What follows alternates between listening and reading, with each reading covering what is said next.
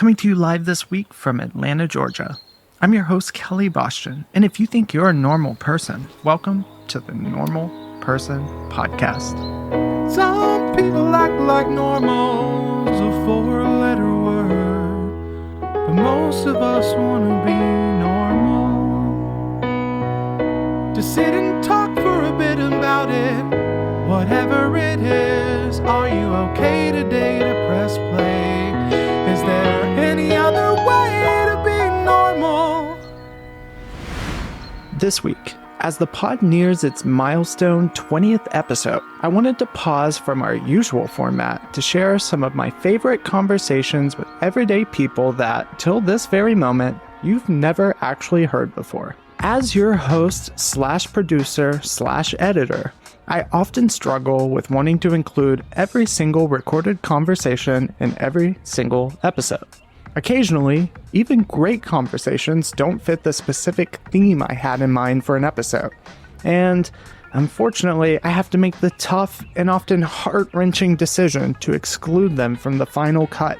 That's why today's special episode is all about taking a moment to honor the fallen, those normal people whose interviews never quite made the final cut. To kick off this exciting retrospective episode, I couldn't think of a better, never-before-aired conversation than my lovely chat with a marine biologist and soon-to-be PhD holder named Danielle, who I talked to back in episode 14 of the show. In a way too short 10-minute conversation, you're going to learn about tragic rise and fall of the Carolina parakeet and so many other great American birds during the era of men's top hat fashion, somewhere around the turn of the 20th century.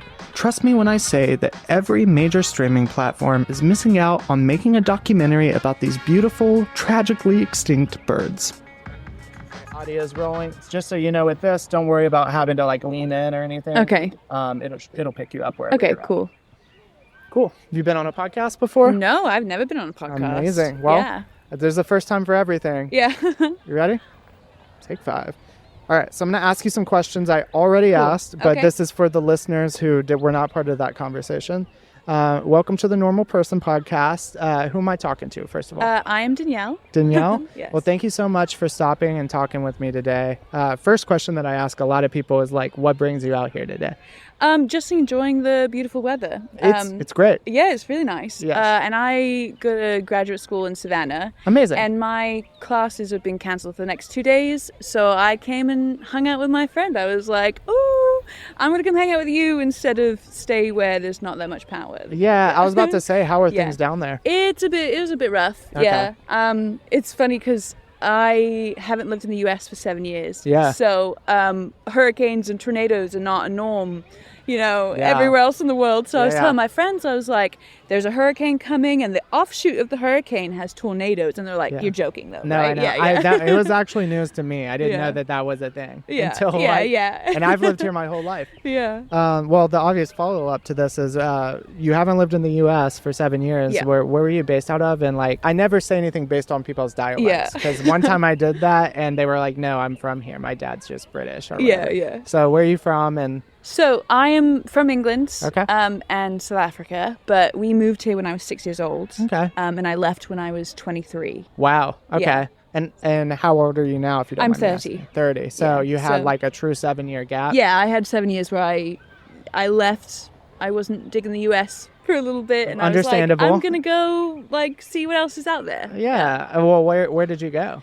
Couple different places. I am really big into marine biology and fish, so I became a dive instructor, and I was teaching people. I really wanted to. People think fish are gross and slimy. I'm like, nah. If you see them underwater, you're gonna love them, and you're gonna want to protect them. So that was my mindset at the moment. Okay. And then I went to university and got a degree because that's the only way to really get into conservation is getting a science degree, unfortunately. Yeah. Got to get the rubber stamps. You do. Yeah. You got to get the paperwork to, Yeah, you do. Do the thing. Yeah. So are you in grad school for marine? Yes, marine sciences. Oh, Yes. amazing. Yes. And what's your idea of what you would want to use that for?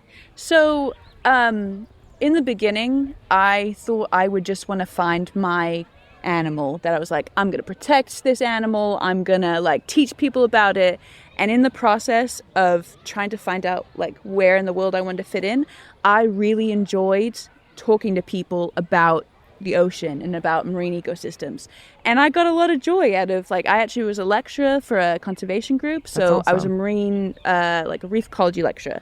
So we would do like fish ID and like identification. And then we would go on a dive. And I was like, look at this coral that we're seeing. But then at the same time, I was also talking like, this is how climate change and plastic is affecting all of these beautiful things that you're seeing. And a lot of these students really resonated with that. Like if I brought the enthusiasm, a lot of them like reciprocated that and were like, absolutely. And 100%. So I found that in talking to people, I was like, I can spread the good environmental word. And I can be like, okay, if I can get them talking about it, even with like one other person, then we just, little bits at a time. You seem like you'd be a great teacher, and even if it's not in a traditional academic setting. I don't think it would be. I've got ADHD. Standing at the front of a classroom all the time, and actually the Georgia curriculum for teaching about ocean sciences is so minimal. Don't even get me started on Georgia. They just like chuck students in that they're like, they have to do science, throw them into ocean sciences. And it would definitely be out and about. I would want to be around people and trying to encourage them to like look at things. You should definitely do a podcast or create some type of show or something, because like, I don't know, people that are very genuinely passionate, it comes through no matter what they're doing, or how finely produced the thing is. I will watch someone if they make something on Windows Media Maker. And if they're passionate about it, and they're into it, automatically you're like, I know nothing about this, but if you are into it, I can get into it. 100%. We're on the same page. So today we're talking to people on the Beltline, just asking them very simple question.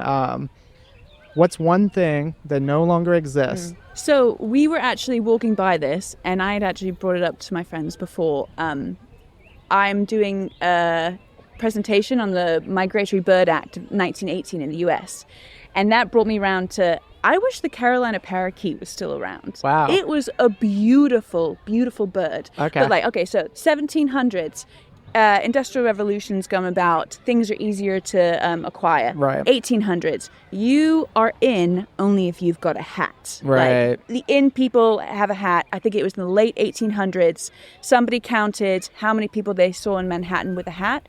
700. Wow. And of those 700, 560 people had feathers in their hat. Okay. So this I see where you're going with that. Yes. Damn it. This big boom, everyone's like, I want these feathers. These birds were killed. They're at that time, they thought everything was infinite. And by the early 1900s, all of these birds had died. And they were absolutely beautiful. But you would walk around in the 1800s and see people with a full-ass Carolina parakeet on their heads. That's they're like, this crazy. Is a statement. This is a statement, I'm trying to think of what the equivalency. I mean, obviously there's like fur jackets and stuff. Yeah, I think with the internet, people are definitely more aware of what's going on now. And I guess maybe fur jackets, but you don't really see people as much. Yeah. Well, I want to ask you some follow-ups. Okay. And also so the people listening that might want to research this can have even more of an incentive. First of all, can you physically describe what this bird looks like? Okay. So, I wanted to just instantly describe another bird, but I won't, so in case you don't know what that bird looks like. But it was a small-ish, about, I'd say a little bit smaller than a pigeon. Okay. But green ombre to yellow and orange and red on its head. Okay. But it's a parrot. Okay. So it's got the parrot characteristics, which I'm not an ornithologist, so I can't like describing it in words. But it was a very beautiful bird. Okay. Very beautiful. Did people at this time, was this a bird that was domesticated / like kept as pets, or was this a wild? It was a wild bird. Okay. As far as I'm aware, I'm not sure. I mean, like in the Victorian age, people love to collect things. Yeah, that shouldn't have been collected. Yeah. They're just like, oh look, I've got a pineapple. Look at me. Or like I dug a hole in my backyard and look, there's a lion. Yes. But what do we feed it? It doesn't matter. Okay. Well, my second question to that is, How swift was it? I mean, it sounds like you know a lot. I would say through, this is just on my limited research. Sure. I went down an ADHD rabbit hole Yeah, for a of little course. bit. But it was throughout Hyperfixation, as they say. Oh, yeah, hyperfixation. It was around the 1800s, so a period of 100 years. Okay. Yeah. But it wasn't just the Carolina parakeet, it was the snowy egret, which exists in the eastern coast. They still have them now, but not nearly to the extent that they used to have them. There was records where it was one order in London had enough heron plumes for 196,000 herons. Jesus. And they would go and they would kill the adults, leave the chicks, and they would die. And essentially, I'm not laughing at that. It's just no, I know it is. It's horribly comical that people didn't see these birds. They just saw it as a financial. Yes. Yeah. Oh, it's in the wild. We can just a commodity. take this. Yeah. Yeah. It was crazy. So tons of birds. Almost went extinct. A couple did. The passenger pigeon, Carolina parakeet. The dodo, but that's a different story. Yeah, that's a different story. Yeah. Poor dodo. They had no natural predators. They didn't stand a chance against people. Not even a little bit. Yeah, they really didn't. Yeah. They really did not. But that bird, and correct me if I'm wrong, not as pretty as the Carolina. Yeah, but it's not just the it's pretty subjective. animals. It's subjective. Yeah, exactly. Beauty is subjective. Yeah. Yeah. We put the pretty animals on like the World Wildlife Fund has the panda, which is super cute and charismatic. But what about the sea cucumber, people? Thank you. What about the sea cucumber? I made this point the other day. We did an episode that was where do you see the world in 10 years? And I talked to a little girl and she was like, I want to save the pandas. Yeah. And I was like, can we save something that's efficient? Mm-hmm. The panda just lays around. Oh, and It is super cute. It's got its purposes, but also what about tuna? Their populations are really going down, and then the size of tuna is decreasing as well. Sea cucumbers is a delicacy in parts of Asia. Yeah, I know. Just because they're not cute doesn't mean they're not worth saving. Yes. Everybody's worth saving. They've all got a purpose. Do you feel like the world would be in a better place, or maybe even the ecosystem, if this bird were still around? That is a hard question. So the problem is that the habitat that the Carolina parakeet, now I'm not an ornithologist, just to clarify again, I studied marine biology, but the habitat, we've cleared, cut the southeast 3 times fully. So we used to have a completely different ecosystem here. Giant trees. Oh, yes. Yeah. The longleaf pines. Mm-hmm. Yeah, there's so few of them in Georgia left. Yeah. But the services that these parakeets and the part they played in these ecosystems might not exist. And I mean, it would be a slightly different place, but I don't know exactly how that would That is it is an unfair question for me to that's ask. okay. I'm asking you to play God a little bit. You gotta ask. Yeah, and that's the several domino effects and chain systems that are reacting. Oh my gosh, it's so complex. Yeah. It's so complex. Everything is connected to everything else in so many different beautiful ways. Mm-hmm. But even the things that don't exist anymore. Mm-hmm. Yep. Mm-hmm. They played a special part in what got us here today. Yep. Unfortunately, in your case, it's because of a fashion statement. It played a big part in it. Yeah. It did. Yeah. And what's crazy is top hats don't exist anymore. I'm like, come on. But suits do somehow. What was it for? People still wear suits. I'm like, it's been 200 years. We can't invent something different at this point. That's true. People love the suits. They love the suits. So one thing I was going to ask you, if you wanted to do a wildcard question. Danielle, if you're listening, please, please, please start a marine biology podcast. I beg of you. And I'm just spitballing here, but maybe consider the name Danielle the Diver. If you know, you know. Anyways, our second never-before-aired conversation on today's episode comes from the exact same episode that we also heard Danielle just talk on, episode 14. That particular topic, what's something that no longer exists but you wish still existed, had the largest amount of raw interviews in a single recording session we've ever had, 12 in one day to be exact. And one of those 12 individuals, just like Danielle, sat down with me and didn't quite make the final cut. But just like Danielle, I think I should just stop the foreshadowing and let our new friend Michael, A.K.A. Fat Cheeks, explain more. So, That being said, I don't want to waste too much time because actually, let me ask you one thing. Okay. You do consultancy and stuff. Where could people find you if they wanted it? My Instagram, PHATCHEEKS. Cool. Fat cheeks. So I've had it for a long time. Yeah. I'll tell you a funny story. Okay. It was I guess a stripper or a porn star named Fat Cheeks. Okay. She was mad. Like, yo, you should just give me the name. No. You know what I'm saying? I had that nickname for a minute. You know what I mean? It is what it is. Also, I'm like, I would have responded and like, it's Fat Cheek 69 not taken. Like, come on, you know? She ended up getting XXX. You're a porn star. Keep that. Yeah, it's cool. way better. Oh, no. Why you even call yourself that? Why you in my inbox? Yeah. Hey, don't you got something to do? No, I know. Yeah, so. Fat Cheeks, if you're listening, like, get a life, move on. Oh, well, she didn't make it. It's okay. Okay, cool. Okay. You retain ownership of Fat Cheeks. Yes. Yeah. Yes, that's me. Cool. Well, very nice to have you on. I want to give you as much time as you can with today's question, if that's cool. What's one thing that no longer exists that you wish still existed? So I had a bad answer, right? Because I'm a Gemini. You know, Okay. Geminis, it's two-sided. Yeah. I had a bad answer. I ain't going with that. Okay. New day and age. Yeah, good. And I came up with one that really means something to me right now. So, Okay. responsible masculinity. Responsible masculinity. Okay, I don't know what that means, so break it down. I mean, So- I know what toxic masculinity is. See, for sure. so that's why I say it, because now when you hear masculinity, you only hear the word toxic masculinity put in front of it. Sure. So people don't seem to acknowledge responsible masculinity. Now, Okay. masculinity is like anything. We're Geminis, we understand this. Everything has a good and an evil, a good and a bad, a positive and a negative. Everything down to molecular structures. Right. Oh, I said it right for the first time. Okay. So I would have let you say it twice, dude, honestly. Okay. So everything has a positive and a negative, right? Sure. So there is a toxic masculinity part, and you have to understand somebody that's responsibly masculine can be toxic masculine too, because to be responsible means that you have to acknowledge that you make mistakes. Right. And We are only human after all. exactly. Yeah. So bringing back responsible masculinity will show people who are even toxic how to even their scale. Okay. You know what I'm saying? Okay. Like, it's a scale to everything. Trust Yeah. me. What's the name of your other Gemini? My other Gemini? What do you mean by that? So your first name is Kelly. Kelly. Yeah. You don't have what you call your other Gemini, or you haven't explored it yet? I haven't explored it because I get really frustrated with horoscope stuff.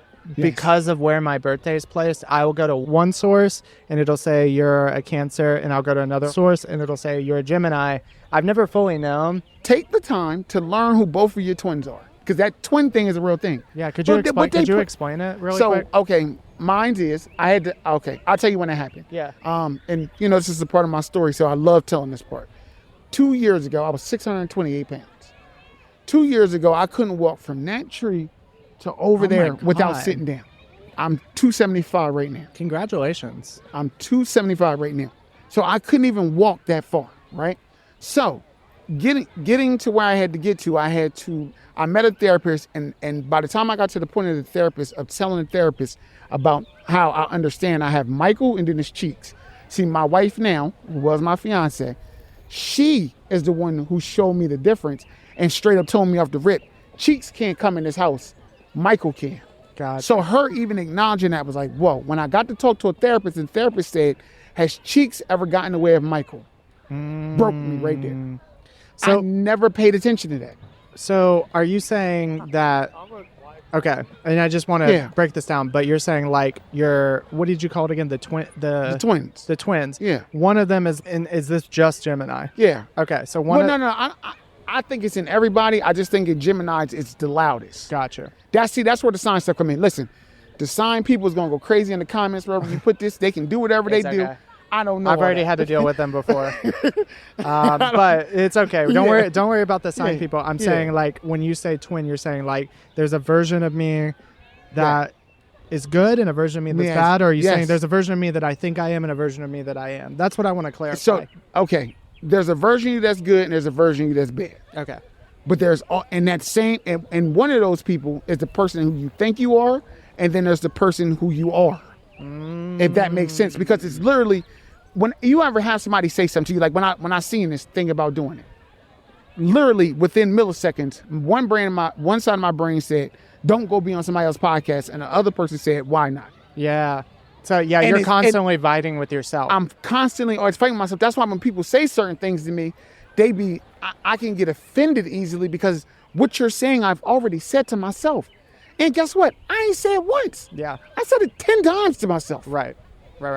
I'm just fighting two people here, so it's not, and I don't like to use it. I used to use it as a crutch. Right. Right, that means you Very lean towards very Gemini behavior. Yes, Yeah. I would use it as a crutch. Once I stopped using it as a crutch, and I learned to learn who each one is, learn when and where to use each one, and when I can't control myself, to take ownership and be responsible. Responsible masculinity. Yes. Just a whole responsible. If your kids tell you that they got a problem with something that you did, sometimes it's just better to say sorry. Yeah. There's people out there that done stuff too that I had to, instead of arguing, I'm sorry. Yeah. Well, let me ask you this, because I'm 100% on board. My mom's a therapist. Probably should have led the conversation with that. But I say it too much. You should definitely show her this. I want to kind of establish for the listener, you said that responsible masculinity no longer exists, right? Not, well, in my opinion. Okay. That's an opinion thing. Okay, That so ain't a factual thing. That's an opinion thing. Completely fine. This is your opinion, but it's probably factual too.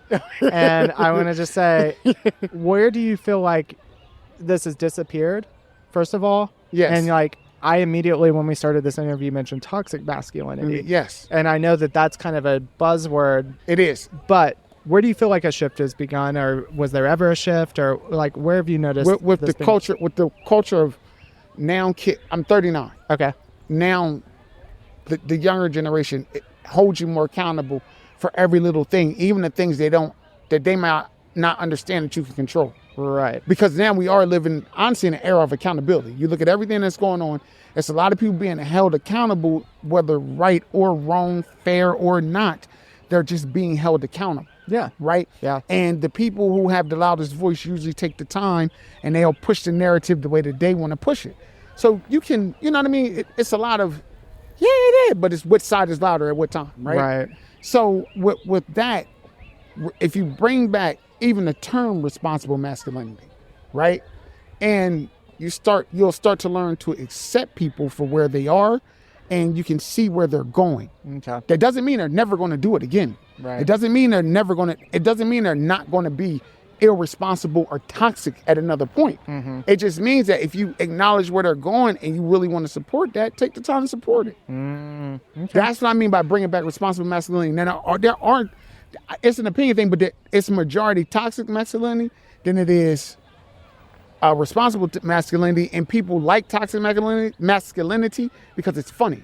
And then so now what happens is the guys who really ain't even like that, they just now they want to be toxic just to be toxic, and you ain't even toxic. Yeah. You ain't even built like that. Yep. Most people are sensitive, caring human beings that have been trained. I mean, unless you're a literal psychopath, you feel emotions. You know what I mean? And so I agree in that, like, men in particular have been told that you are not allowed to show emotions. You're not allowed to basically complain at all in a meaningful way. And that translates obviously to relationship problems and not just in an intimate relationship, with friendships. I mean, like, I saw the other day, this isn't going to make you, you're going to have some thoughts about this, but it was a picture of these two guys, right? And they were best friends in high school, and they took this picture together at prom. Yeah. And then, this was like in the 80s, they both separately had families and had kids that went to the same school, and the kids recreated the same picture. Very sweet, very cute. Yes. And the comment section was like, I didn't know that their dads were gay. Because they're literally taking a picture together? Yeah. What? Like, men can't be close? Yes. Like, that's crazy. Yes. Now, I ain't gonna lie. If you're a comedian and you say that, you're joking with a person. Context. Put it in context. But no, but there was the entire comment section. Like, everyone was like, they must really love each other, and stuff like that. And it's like, to me, it makes you say, why? I mean, I understand it, with the social media, everything's But to open. your point, like, it's a joke. It's a joke. Yeah. You get what I'm saying? But, well, for some, it's a joke. Yeah. For some people, it's actually serious. And the jokes sometimes feed the people that's serious. You have to learn to pay attention to, you know what I mean? That's a part of, once again, responsibility. Yeah. Being responsible with what tool you're using at that point. I agree. Michael, from one twin Gemini to another, thank you for sharing your amazing weight loss story and positive perspective with our audience. I truly mean it. Our next never before heard guest, or should I say guest, are a father-daughter business duo I met all the way back in episode 10 during a visit to Chattanooga, Tennessee. To be honest, I don't exactly remember why these two didn't make the final cut, but I also will be honest in saying I've listened to this particular conversation in our archives several times and found myself feeling better about humanity in general. Today, I'm excited to finally share their response to the question I posed back in episode 10. Where do we... Hold on. All right, so I am out here today with, what's y'all's names? My name is Izzy. My name's Dustin. I'm going to move this a little You're good. You sound great. All right, so Izzy, Dustin, what brings you to Coolidge Park today? Well, we were at my friend's house because we're trying to sell our house, and we had to clean our house and take all of our animals to like all of our friends' house because they're taking pictures of it all day. Yeah. So, what's that called? Framing it? What's the like real estate term for that? I don't know. We're having viewings all day long, okay. So we had to go and find a way to be gone all day, and they happen to be having this event down here. Worked out? We like to come. We live close by, so we come down here a lot anyway. Okay, cool. So y'all live in Chattanooga. Mm-hmm. How long have y'all been here? I've lived here about 20 years. I moved here from San Antonio, Texas. Okay, cool. Izzy, she was born here. it's complicated. Hey, She's been here 9 years. you are... I love it here. Yeah. Yeah, let me ask you, what's like your favorite thing about Chattanooga? Well, my mom, I just like it here because it's very big and open. Yeah. And there's like a lot of fun stuff to do. Okay. And my mom, she lives in Dayton, and I'm not the biggest fan of Dayton, so I like come here on weekends with my dad. Dayton is a small rural town. Okay, I was like, I know I've probably... It's famous for the Scopes monkey trial. Okay. Back in the day, they wanted to teach evolution in school. Is that where that happened and at? it went to the Supreme Court. And that's where it happened? That's crazy. Oh. Okay. Yeah. Wow. It's very conservative. Well, yeah. Okay. So you've been here 20 years. You've been here your whole life. You love the nature aspect and everything. I have been asking people, not the two children that were on just a second ago, but for someone that's like not from Chattanooga, what would y'all say is the reason they should visit? Because a lot of people, I'm from Atlanta, and I'll tell people like, hey, it's just a 1.5 hour drive. You know, like it's a day trip, and they're like, but then they'll drive 3 hours to Savannah. And I'm like, okay, that's a day trip to Atlanteans, but what would you say is a reason people should come and visit Chattanooga? If you were a kid, why would you want to come visit here? Well, if I was a kid, I would probably just want to come because I heard it was big. That is fair. That would be my logic too. Probably because, like I said, it's big and there's a lot of stuff to do, and kids like a lot of stuff, fun stuff to do. Yeah. Yeah. It's if you're into bicycling, there's a lot of bike trails. You can pretty much, there's like 37 miles of trail that run the length of the river, all very similar to the Beltline in Atlanta, but maybe a little more nature oriented. And a little less crowded. Yeah, we're definitely, now maybe 10 years will be super crowded, but like right now is like a sweet spot for Chattanooga. It is, yeah. There's lots of economical stuff. You can come spend the day in Coolidge Park, play Frisbee, play in the fountain for free, and get a $3 scoop of ice cream out the truck. Yeah, $3? Wow. Ice cream inflation hasn't hit y'all yet. So they have like an ice cream truck that's very affordable, or you can go to Clumpy's, shout out, which is amazing. Great local business. It's a lot more pricey. It is, but they really put the ice in the cream there. Yeah. They're great. Yeah. We got the movies right downtown. There's a big climbing gym. Yep. There's just all kind of fun stuff to do. Yeah, it's a great city. And I also heard it's a great city for entrepreneurs, which I wanted to ask you. I heard that you have your own business. Can you tell me a little bit about it? Well, it kind of started because all of my like other friends, they kind of have like small businesses. Yeah. My friend, like what? my friend Erin, she has a bracelet business. My other friend has a bracelet business. One of my friends are they really want to start a slime business. Sign? Okay. Slime. Oh, slime. Okay. Yeah. Interesting. Because they're younger. Yeah. And my friend Erin, she wants to start another business with her other friend, also slime, because they're good at making slime. Yeah. So is slime slime was a big deal when I was a kid, but only on Nickelodeon. Like, is that, people are making slime now? What? Oh, yeah. Okay. I don't even want to know. It's all honestly. the Elmer's glue. It's very simple. I personally hate it. So, okay. What's your business, Yeah, Izzy? tell me. I want to know. I'm hope we put the slime people out of business. Yeah. So I wanted to start a business, but we had no idea what to do. Yeah. Then my dad, because one time we went to the public library and made some buttons. And we kind of want to, go on the walking bridge, set up, a little table or something. Yeah, Put some buttons out for people. you should. Well, we buy some cute stickers, put them on a piece of paper, use the button machine and make a button out of it. Okay. We have, different kinds, one's, kawaii or something. Okay. Yeah. What does that mean? It's, pink and, it's just, kind of anime-ish stuff. Okay. Yeah. What's your favorite style that you make? Your signature? Well, we've done 2 orders. One for Build Nuga Strong. We made 100 buttons. Nice. And wow, that's we made actually this other one for our friend Anthony. I think Okay. his name was that. And He's a local magician. cool. yeah. We put his logo on the buttons, and he gives them out at magic shows. Awesome. So, wow, you got some wholesalers. That's cool. So, where could people find it? Do you have a social media, website, anything like that? Yeah, I have an Instagram account and I post little videos about it. Okay. And cool. also just other stuff that I do Yeah. in my life. And I will put that in the show notes if you want me to. What's your Instagram account? Yeah. Oh. I think it's Get Busy because my business is called Busy. Oh, okay. That's pretty clever. Busy's Bye. Buttons. Busy's Yeah. buttons. I like that. The alliteration is key with businesses. Okay. Well, I will link that if you're listening. Go check it out. Busy's buttons.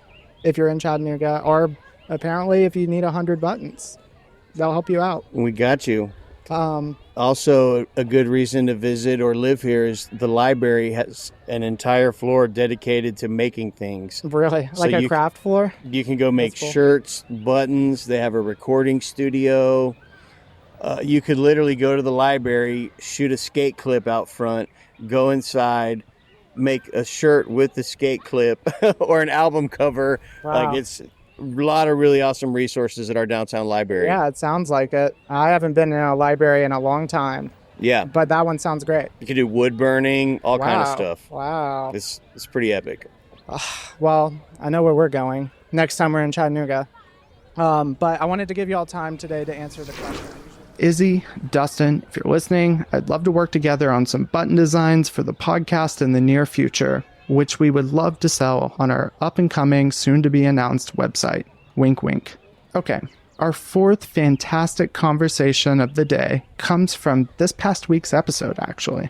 You're about to meet Sunset, A.K.A. Writer, a 16-year-old psychic who not only feels a deep connection to a past life in Forks, Washington, but also has a deep-seated passion for creating art and music unlike any other guest I've ever talked to on this show. I'll let him explain it in his own words. Cold. Wasn't expecting that. I did bring the jacket, but the shorts were not a good choice. All right, take 8. Take 8. All right. Well, thank you for sitting down with me. What's your name? My name is Sunset. Sunset? I love that. Thank you. Sunset, what brings you out here? You're going to hear the same questions I've asked everyone. That's okay. But pretend that you didn't hear anything. I came out here for the self-care day. I haven't been out by myself in a long time. Okay. You said you don't get out that often. What brought you here today? I just haven't been feeling human as much as I should be. It Yeah. feels like I'm living a sort of life that isn't human in the sense that humans haven't lived that way. It's too much Yeah. being inside. Yeah, I feel you. I feel you on that. So I'm glad that you're out here, and I'm glad that we ran into each other. I guess before we jump into today's question, like, tell me a little bit about yourself. What do you do? I mainly make music. Okay. Making art has always been Yeah. sort of a dream for me and a passion, because I believe art is sort of human expression Yeah. in its purest form. It and is. I've just always yearned for human expression. I feel like I don't get enough of it. I love that. And that's kind of the reason why I'm doing this podcast in a lot of ways, is like, Really? I spent a lot of time indoors because I was graduated from college during COVID and have a lot of work from home jobs. And I feel like I don't have that connection, with people. So I'm a people person. I like to connect, but I like genuine connection. I don't like artificial bullshit. Exactly. You know what I mean? From one artist to another, respect. And also, where could people find your art if they wanted to look it up? On Spotify, Instagram, or Twitter, I'm Saving Daylight. Saving Daylight. I love it. How would you describe your music, by the way? Very much emotional, and I try to create a sense of unlived memories, Oh. because okay. I've always had a deep connection to lives I haven't lived. Like in a and- deja vu way? Yeah, Okay. and I've always felt like I've had multiple lives I've never even come close to experiencing. Okay. My Wow. home has always felt like... We about to... No. Okay. No, My no. home has always felt like the Pacific Northwest for some reason. Oh, wow. Really? Yeah. I have visions almost of living there, and I've had them since I was a young child. Really? What? Maybe describe it for me a little bit. Like, what kind of visions? I'm always in a suburban house, one I've never had the opportunity to live in, because Yeah. I've always lived in rougher neighborhoods. But I'm always in almost like a 2-story house in Portland or Seattle, living on the coast. Mm. The sun shining in through windows and having friends in a big car I drive for some reason. I don't like Yeah. cars. I don't like suburbia. But you feel like it's like a vivid memory? Yeah, and so much so that anything that reminds me of that it just hits my heart. Wow. Interesting. Well, that's probably a good segue as any into the question of today. Yeah. But obviously, this is a big question. You can take it any way you want to. Do you believe in ghosts? I think ghosts are God. Ghosts are God? Yeah. And what do you mean by that? I think ghosts are what we use to explain visions of God that are explainable to humans. Okay. Like when we see things like a door opening, or we see something fall over on a desk, that feels like a human would do that. Yeah. That's not something that... It doesn't feel godlike. Mm. But when you see, like, I don't know, like an empire fall, you see like people get blessings out of nowhere that Sure. don't feel human. You say, oh, that's God. Yeah. But the smaller things, I feel like everything just lines up where God is trying to give you whatever your life is supposed to be. Yeah. No, you're the first person that's ever put it into that perspective. Really? But that, like, you're basically saying that, like, these are probably like individual small acts of God or a higher power, and that people kind of personify humans, right? Yeah. That's crazy. The other thing I was going to ask is, how would you, since you kind of defined it as a personification of God, what do you think the manifestations, I guess, are? Do you think it's like spirits? Do you think it's people? I mean, I can sort of agree almost, because I've been... Recently, it feels like... I don't want to sound like a smart aleck saying I become smarter or whatever, but I feel like as I get more perspectives and I experience more of the world, I do start to see much more unexplainable things. I've Yeah. seen, I guess, almost shadowy type figures. I see that commonly. Mm-hmm. Like, I see bugs that aren't there vividly, commonly. And I'm hoping that's not some mental illness, but even with mental illness, I think that can also be an extension of God in Yeah. a sense. Yeah. I don't know if it's really spirit specifically. Well, go into that. Maybe, if you don't mind, could you share some like unexplainable experiences that you've had, particularly in the realm of ghosts? That's a tough question. Because obviously I see the day-to-day things, like I'll see a door open by itself, I'll see things fall over, but in specific experiences, I guess just it feels like I have auras around people in a sense. Like I've always been able to, even when I deeply dislike someone, I've been drawn to them. There's people in my school who I did not like at all, and I was still drawn to them. I would still talk to them every day for whatever unexplainable reason. Like, I was drawn to it. It didn't feel like I was choosing to do that. And then eventually those people became like my closest connections. So really, I feel more so, not in the sense of a physical object moving things, ghosts, have I really experienced heavily, but almost possessions. Okay. Like, I think the human gut is a really good example of that. People have predicted unexplainable with just the human gut. Yeah. Like, there's so many people who, on 9/11, when that wasn't even a threat, they just didn't go on the planes because they felt something might happen. That wasn't normal. Yeah. Planes didn't Crash well, they into buildings. crashed. Yeah. But they didn't get... That had never happened before. To Yeah, your you point. didn't expect that. Yeah. There's so many examples, pretty much every situation ever of the human gut, and I think that's the strongest explanation both for God and ghosts. Yeah. Both like acting that. as one. I like that. Like, everything on earth has its own God in a sense. It has its own being which birthed it, not through literal birth, but somehow created consciousness, which is unexplainable. Cannot explain consciousness. Yeah. And it crafts its own consciousness. There's shit that we can't explain with science, like mental disorders and stuff, where someone has a completely different view on life, unexplainably.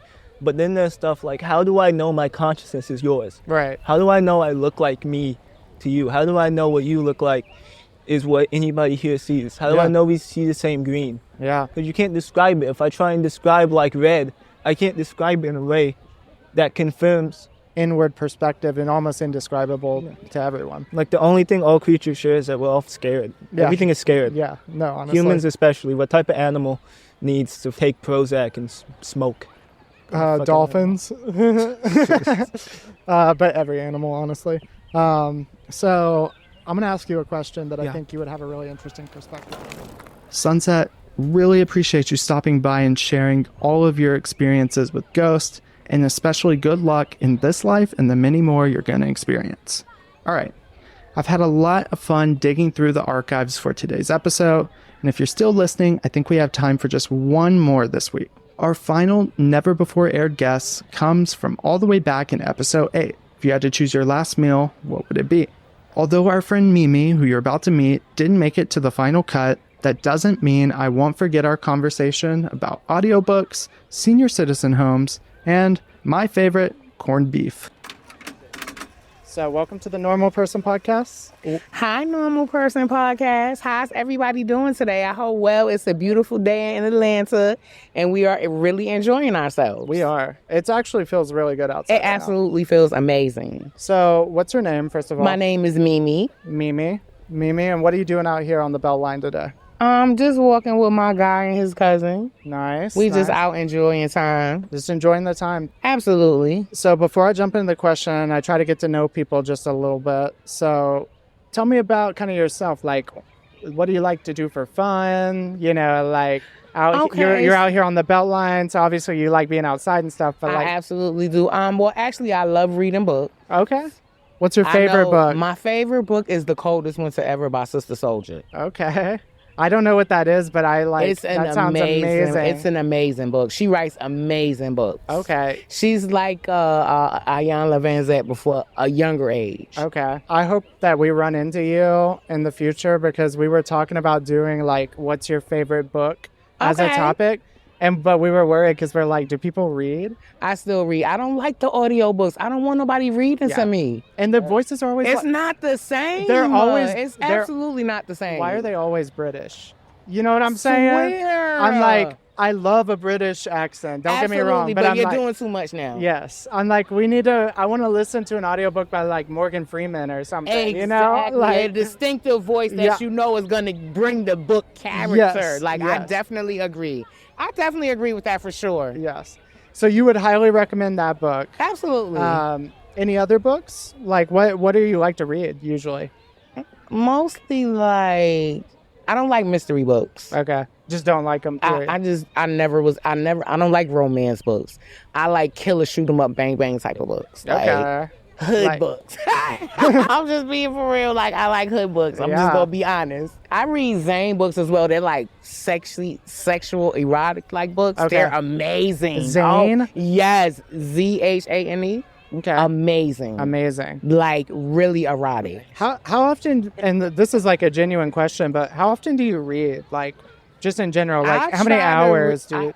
I try to read at least on my weekends when I'm off. Really? Yeah. Do you try to read. Do you like? Because I'm not really a TV person like that. Because Okay. I work 2 jobs, so I really don't have time for the TV life. When I'm home, I'm sleeping.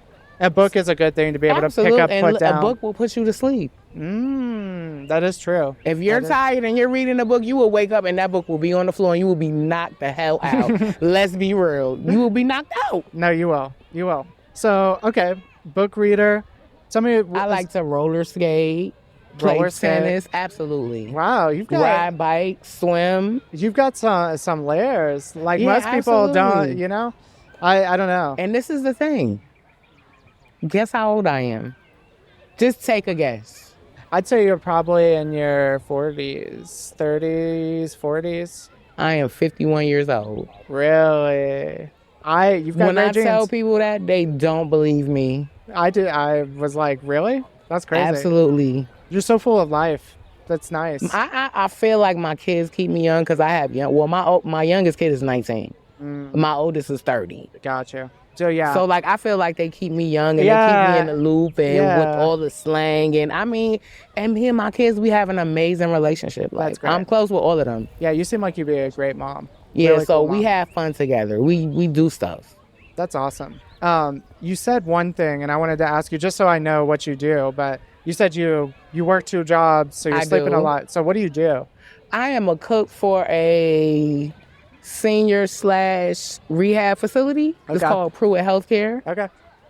And I love what I do. You make like I make their meals. everyone breakfast, lunch, dinner? No, I do breakfast and lunch sometimes, but Okay. I mostly do the breakfast meal. Okay. And then somebody else does lunch, and then they do dinner. Gotcha. So like That they makes get, sense. and they get amazing food. Really? They get amazing food. Do you ever make yourself a plate? Like, Always. Okay. I was like, I would. Always. I worked in kitchens when I was in college, and I Okay, would, yeah. you know, all the time. Once Yeah. I feed the residents, if it's anything left over that I want, I make a plate. If I don't eat it, then I'll take it home. Is there something like a meal that they have regularly that you like? Well, they have really great meals. Like they could have fish, coleslaw, baked beans, Right. cornbread, and then the next meal will be like chicken, vegetables, and like a starch, like mashed potatoes or rice or whatever the case may be, whatever's on the menu, because we go by menu.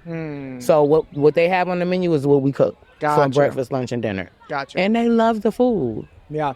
Well, this is actually a really good segue into the topic today. So you're a cook. It's part of your I job. am. So you're going to have a really interesting opinion, right? Okay. But we're talking to people on the Beltline about what's your favorite. Oh my gosh. Horses in the house. So yeah, I did not add in the sound effects. Those are That actual part, horse we hooves. could've definitely did that. Yeah. All right. So I'm talking to people on the Beltline today about what their favorite meal is. Okay. So I think you're going to have some interesting answers, but I'm just going to leave it open-ended. What's your favorite meal? I would say my favorite meal would be cabbage, cornbread, and corned beef brisket. Okay. Why is that? I mean, because it's just hearty. It'll fill you up. You don't need seconds. You'll be full for the entire day. It's Yeah. and like I say, I'm from Boston, Massachusetts, and we're big on St. Patrick's Day, and that's Yeah. the meal that we cook every St. Patrick's Day. Yeah, yeah.